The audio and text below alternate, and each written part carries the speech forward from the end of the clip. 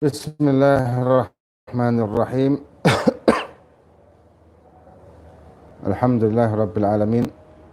Wassalatu wassalamu ala asyrafil anbiya'i wal mursalin sayyidina wa maulana Muhammad khataman nabiyyin wa ala alihi wa sahbihi ajma'in, amma ba'du. Alhamdulillah, kita melanjutkan kajian kitab Taqriratus Sadidah yang dikarang oleh Al-Sayyid Hasan bin Ahmad Al-Kaf, murid daripada Al-Habib Zain bin Sumit atau Habib Zain bin Ibrahim bin Sumit Madinah rahimahumullahu ta'ala. Dan kita di pembahasan tentang kesunahan wudhu, ya, sunanul wudhu, yang kemarin sudah kita bahas tentang masalah wudhunya. Kita kemarin membahas masalah wudhunya, sekarang bahas masalah kesunahan wudhunya. Nah, dikatakan faslun sunanul wudhu, pasal di kesunahan wudhu. Disebutkan kesunahan wudhu ini banyak. Sunanul wudhu kathiratun awsalaha ba'duha ila sab'in. Sebagian mengatakan sampai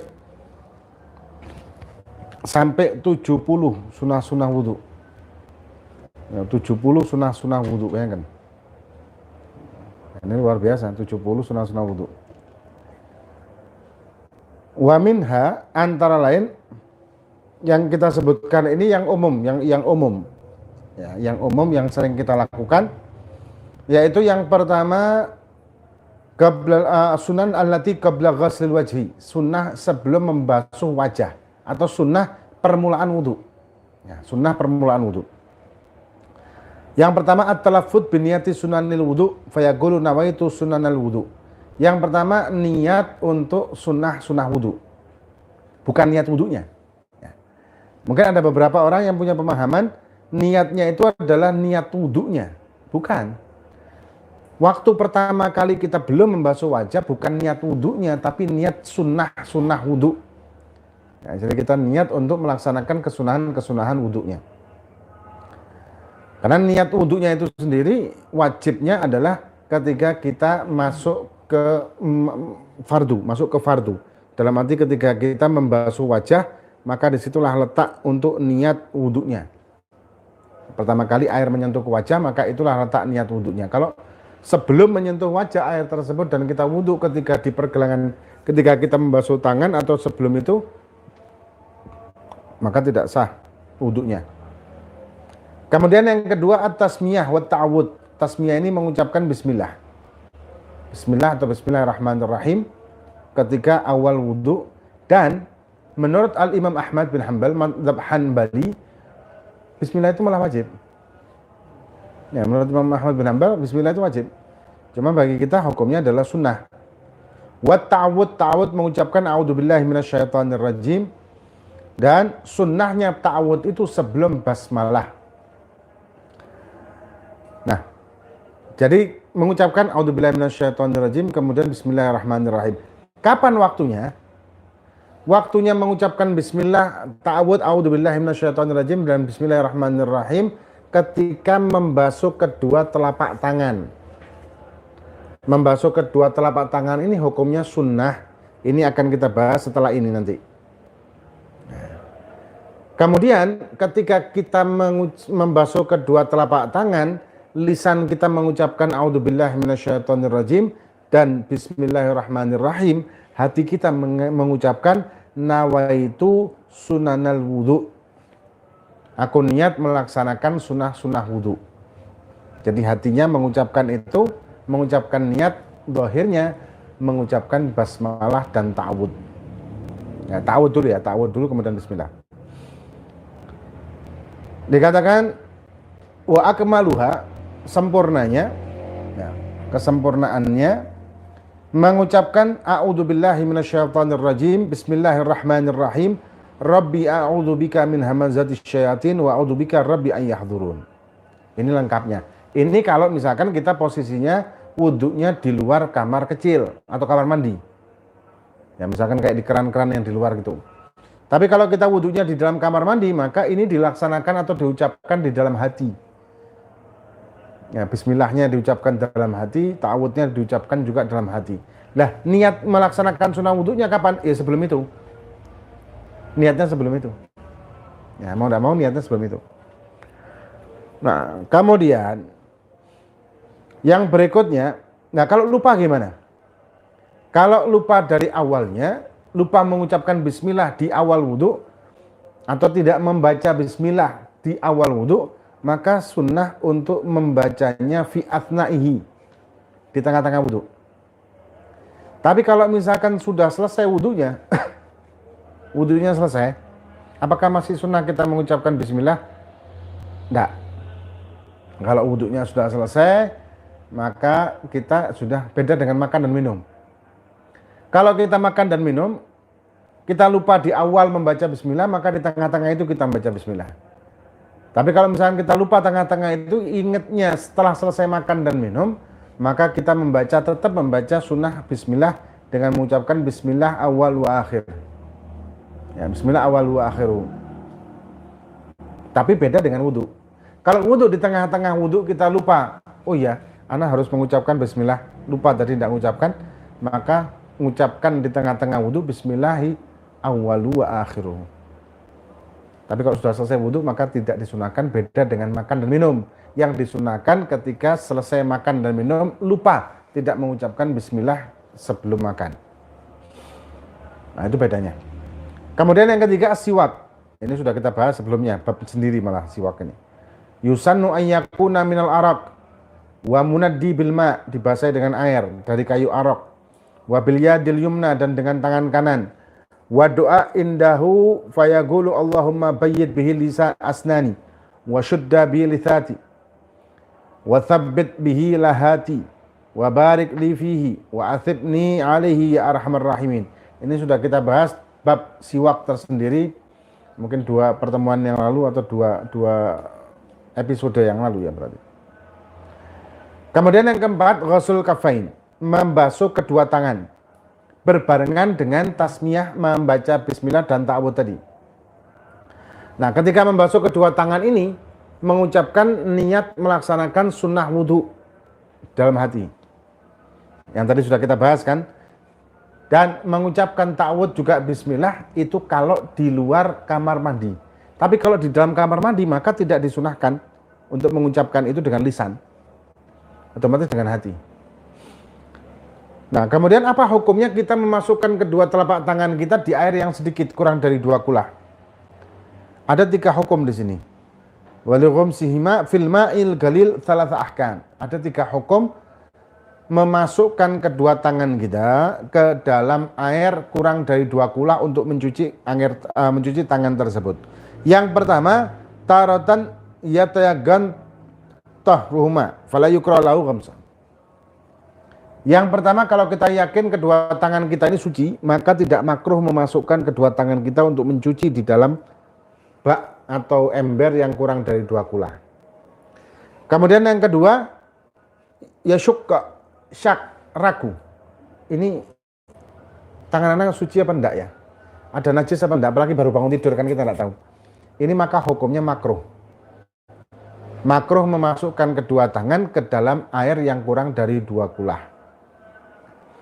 Kemudian yang berikutnya, yang ketiga, yakin najis. Habis nyentuh najis yakin, habis kencing mungkin kena najis, maka hukumnya haram memasukkan kedua tangan kita ke dalam ember yang kurang dari 2 kulah. Hukumnya jadi haram. Nah, kemudian kesunahan yang selanjutnya, al-madmadah wal istinsyak. Madmadah ini berkumur, dan istinsyak ini membersihkan hidung. Ini bagian terbiasa. Ada orang yang tidak terbiasa membasuh atau membersihkan hidungnya, menghirup air ke dalam hidung. Ada yang tidak terbiasa hingga bisa mengakibatkan pusing atau malah bisa pingsan. Jadi kayak orang tenggelam, ya, kayak orang tenggelam. Nah, kaifiahnya macam-macam sebetulnya. Kaifiahnya ada beberapa macam. Ada yang yatamadmad wa yastansyik bi thalathah ghurfat. Yatamatmat wa yastansyiq min kulli gharfah wa hiyal afdal. Yang afdalnya adalah berkumur dan beristinsyak dengan 3 kali ciduan atau 3 kali pengambilan air. Ya tamat madu tansyak min kulli gharfah. Jadi ambil air. Kemudian dia masukkan sebagian air ini ke mulutnya untuk berkumur dan sisanya dimasukkan ke hidung untuk membersihkan hidung. Dan kemudian dikeluarkan dari hidung.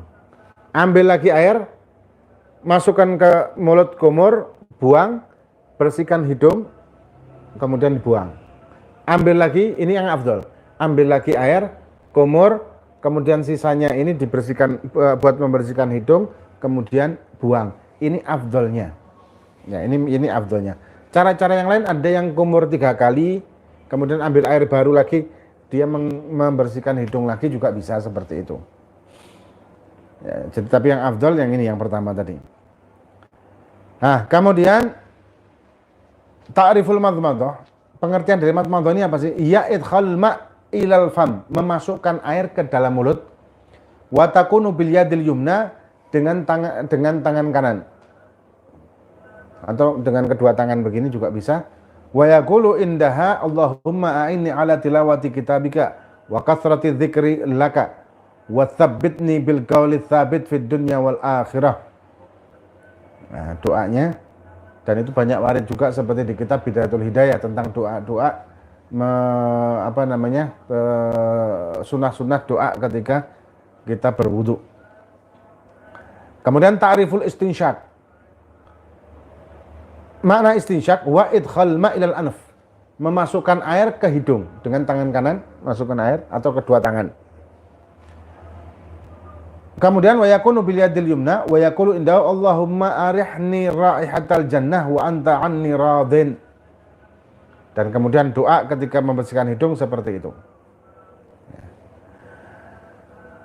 Kadang ada orang yang tidak mampu untuk membersihkan hidung atau memasukkan airnya ke hidung. Kalau tidak mampu jangan dipaksa.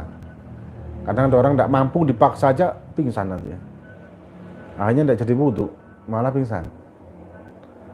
Karena kan ada kayak gitu kan, orang kalau udah terbiasa kan rasanya kayak ke kepala air ini. Kalau udah kebiasa bagaimana ya, cukup di luarnya sini aja. Bersihkan kotoran-kotoran hidung. Ya, bersihkan kotoran-kotoran hidung. Bahasa Indonesianya kotoran hidung, bahasa Jawanya opil. Kemudian al-mubalaghah fihi ma li ghairi shaim. Dan sunnah melebihkan jumlah air tersebut ketika kumur atau membersihkan, ya fil madmadah, membersihkan mulut ya, bi an yablughal ma ila aqsal hanak wa wajhayil asnan wal lathat, sampai ke tenggorokan, sampai maksudnya memperbanyak jumlah air untuk kumur itu. Kemudian wa fil istinsyak an yus'idal ma'a bin nafas ilal khashum, menghirup air tersebut kalau dengan hidung sunnah menghirup sampai ke sini. Itu kalau mampu orangnya. Sekali lagi kalau mampu, ada yang orang tidak mampu. Li ghairi shaim, bukan asal bukan puasa. Kalau dia puasa malah bisa membatalkan puasanya. Apalagi kalau kumurnya tengah-tengah puasa pakai es teh. Nah, kumur ini kumur apa niat? Ya, walhasil kalau dia kumur, kalau puasa maka tetap disunahkan kumur, hanya saja dikurangi jumlah airnya dan tidak berlebihan ketika dia berkumur tersebut. Kalau dia berlebihan ketika kumur, maka bisa membatalkan puasanya kalau ada yang masuk ke dalam mulutnya, dalam rongga. Ya, masuk ke dalam rongganya. Kemudian dikatakan al-istinthar sebaliknya. Istinthar ini wa huwa ikhrajul ma' minal anf. Tadi kan istinsyak memasukkan air ke hidung. Sekarang istinthar mengeluarkan air.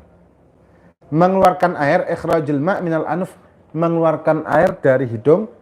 Wa yusannu ayyakuna biyadihil yusra, dengan tangan kiri mengeluarkannya.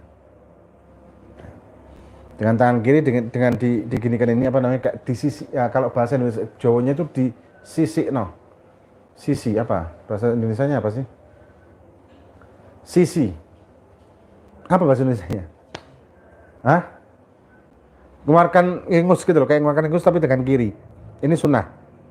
Ya, ketika kita buang ingus itu apa segala macam itu dengan tangan kiri itu sunnah.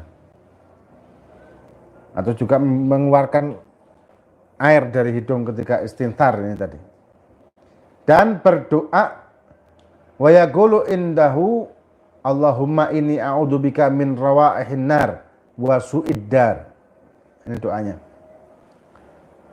Kemudian as-sunnah yang berikutnya adalah at-tatslits. Tatslits fima madha. Melakukannya itu 3 kali. Kumur 3 kali, istinsyak membersihkan hidung 3 kali, mengeluarkan air juga dari hidung itu juga 3 kali. Membasuh kedua tangan juga 3 kali lewatan. Kemudian yang kedua, ini tadi bagian pertama, kesunahan-kesunahan sebelum membasuh wajah. Ya, kesunahan ini semuanya sebelum membasuh wajah, sebelum memulai wudhunya. Jadi masih di sunnah wudhu, di awal-awal wudhu.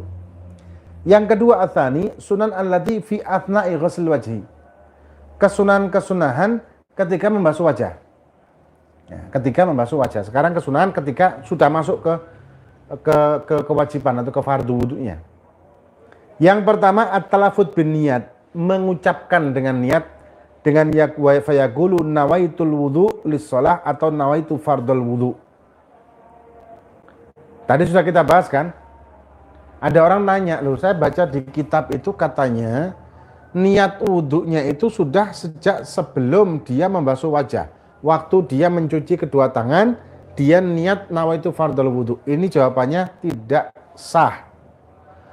Kenapa? Karena wajibnya niat tersebut letaknya berbarengan dengan membasuh wajah pertama kali.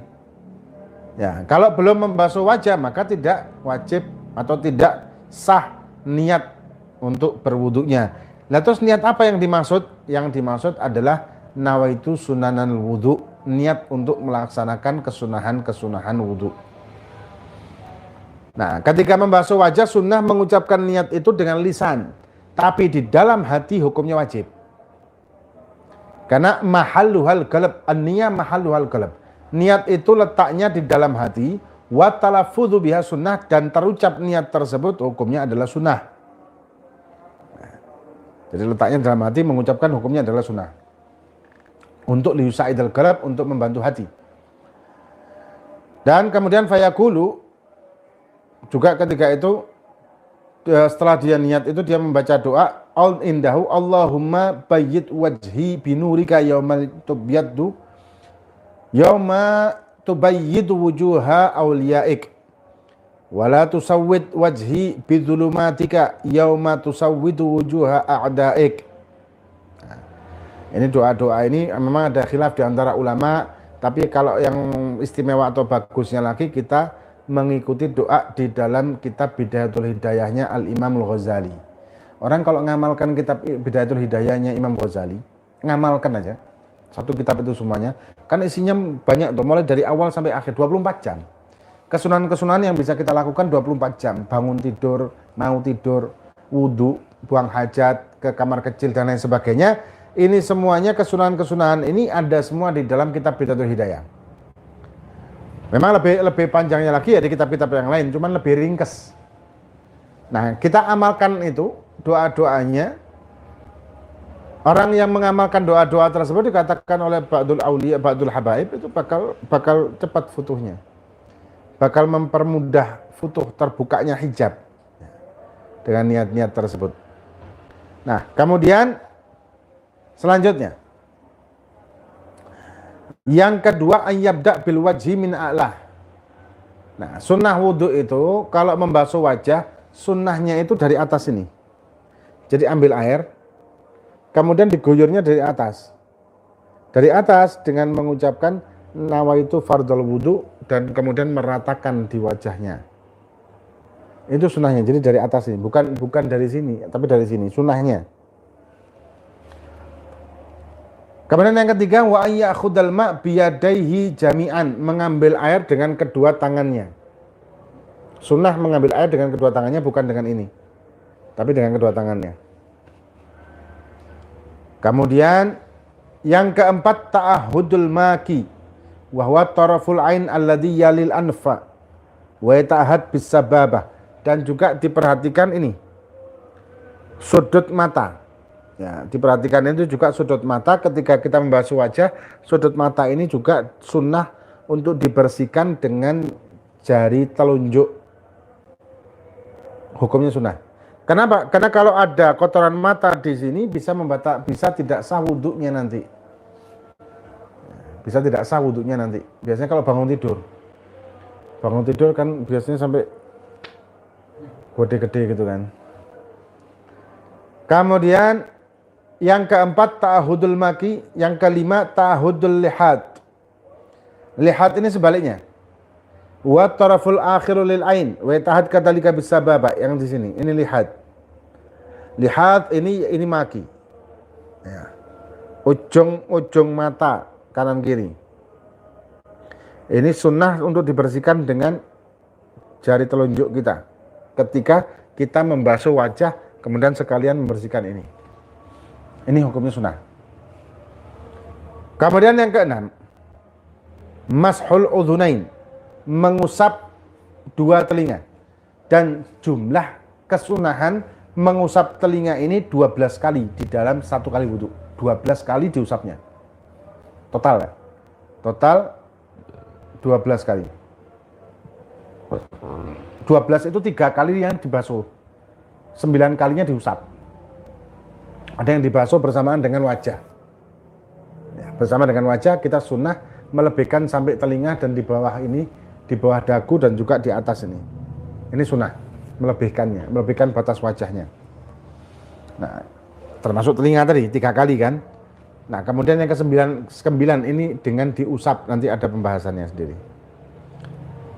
Dikatakan masul udhunaini khurujan minal khilaf min khilafin man yaqulu innal udhunaini minal wajhi. Ya, khurujan minal khilaf. Kenapa? Karena ada beberapa pendapat yang mengatakan bahwa telinga itu termasuk dari wajah, padahal bukan. Mu'tamad dikatakan tidak. Telinga bukan termasuk bagian dari wajah, telinga sendiri. Telinga bagian sendiri dan tidak termasuk wajah, maka telinga tidak wajib untuk dibasuh ketika wudhu, tapi sunnah dibasuh ketika wudhu. Ya. Kemudian yang ke-7, italatul ghurrah, memanjangkan atau melebihkan batas ketika membasuh wajah. Ya ghuslu ma zada ala haddil wajhi min jami'i jawanibihi. Jadi kayak tadi ya, membersihkan atau membasuh wajahnya itu, melebihkannya itu sampai di atas sini, sampai ke telinga, sampai di bawah dagunya. Itu hukumnya sunnah. Dan itu namanya ghurrah. Memanjangkan ghurrah. Kemudian yang ke-8, ini masih kesunahan ketika membasuh wajah aja. Ad-dalak wa huwa imrarul yad alal adwi. Dalak itu menggosok, mengusap gini dengan agak sedikit menekan. Jadi guyur, gosok, terus ini bersihkan, terus ini sampai di telinga sini, sampai rata 1. Ambil lagi, lakukan hal yang serupa 2, dan kemudian 3. Nah, kemudian at-takhlil. At-takhlilul lihyatil kathad wal aridainil kathifaini wa yakunu bi asabi'il yadil yumna min asfal wa ya'rif wa bi gharfati mustaqillah. Setelah dia membasuh, ini kalau jenggotnya panjang, jenggotnya tebal. Jenggotnya tebal, brewoknya tebal. Setelah dia mengusap wajah, kemudian ambil air, sunnah diginikan. Diginikan dari bawah. Itu kalau jenggotnya panjang dan tebal. Sudah kita bahas sebelumnya kan. Air baru, bukan air yang sisa ini. Nah, ambil air lagi, kemudian dibasahi tangan kita dengan air dan diusapkan dari bawah. Itu hukumnya sunnah. Kalau yang di sini dohir, ini namanya dohir, ini batin. Kalau yang di sini wajib, hukumnya dibasahi. Kalau panjang gitu ya, sunnah. Nah, kemudian baru ngambil air lagi, yang bawah diginikan. Tapi itu kalau brewok dan jenggotnya tebal. Kalau brewok dan jenggotnya itu tipis, ya wajib masuk air keseluruhannya ini ke kulit yang sudah kita bahas kemarin. Kemudian yang terakhir di masalah kesunahan-kesunahan ketika membasuh wajah, at-tatslits fima madha, melaksanakannya itu 3 kali. Basuhan yang kedua, setelah sempurna basuhan yang pertama, basuhan yang kedua itu hukumnya sunnah. Basuhan yang ketiga, guyuran pertama wajib. Ambil air lagi, guyur yang kedua, ini hukumnya sunnah. Nah, air yang jatuh dari kedua ini hukumnya bukan mustakmal, airnya tidak mustakmal. Kemudian ambil lagi yang ketiga juga demikian, tidak mustakmal. Nah, ambilan yang keempat gimana? Makruh. Yang keempat makruh. Tapi menjadi masalah kalau dia melakukan itu di masjid, yang masjidnya ini mewakafkan atau ada orang mewakafkan sumur untuk masalah jamaah masjid, untuk toharoh jamaah, ya. Maka ketika dia mengambil air itu berlebihan bisa jadi haram. Jadi wudhu 1 kali wajib, 2 sunnah, 3 sunnah, yang keempat jadi haram nanti kalau itu memang musabbal atau air yang diwakafkan untuk toharoh jamaah masjid, ya. Kemudian bagian yang selanjutnya, jadi subhanallah ya, sampai sini aja kita sudah mendapatkan sekian banyak kesunahan, baru sampai wajah. Baru sampai wajah. Ini ngambil yang poin-poinnya aja. Padahal banyak kesunahan-kesunahan di wudhu yang tadi kita sudah bahas, sab'in, ada yang mengatakan sitin, ada yang mengatakan 60, ada yang mengatakan 70 kesunahan-kesunahan wudhu. Ini baru berapa nih sudah? Baru sudah nyampe berapa banyak? Baru nyampe wajah. Apalagi kalau di waktu musim Ramadan begini, kayak gini ini perlu diperhatikan betul-betul. Kenapa? Karena kalau kita melaksanakan ibadah sunnah, maka pahalanya seperti wajib. Dan wajib dengan sunnah itu 1:70. Luar biasa. Nah, jadi sangat disayangkan sekali kalau kita melewatkan begitu saja kesempatan-kesempatan untuk menjadikan momen Ramadan ini memperbanyak amalan-amalan ibadah kita dan bekal di yaumil qiyamah. Termasuk juga yang sudah kita bahas kemarin, yaitu sholat tarawih. Kesempatan juga ketika kita sholat tarawih untuk mengumpulkan banyak-banyak kesunahan. Sunnah membaca zikir 3 kali ketika rukuk, membaca zikir 3 kali ketika sujud, kemudian ketika i'tidal, sunnah membaca doa i'tidal, dan seterusnya. Kenapa? Ya untuk memperbanyak amaliyah, untuk memperbanyak bekal-bekal di akhirat nanti.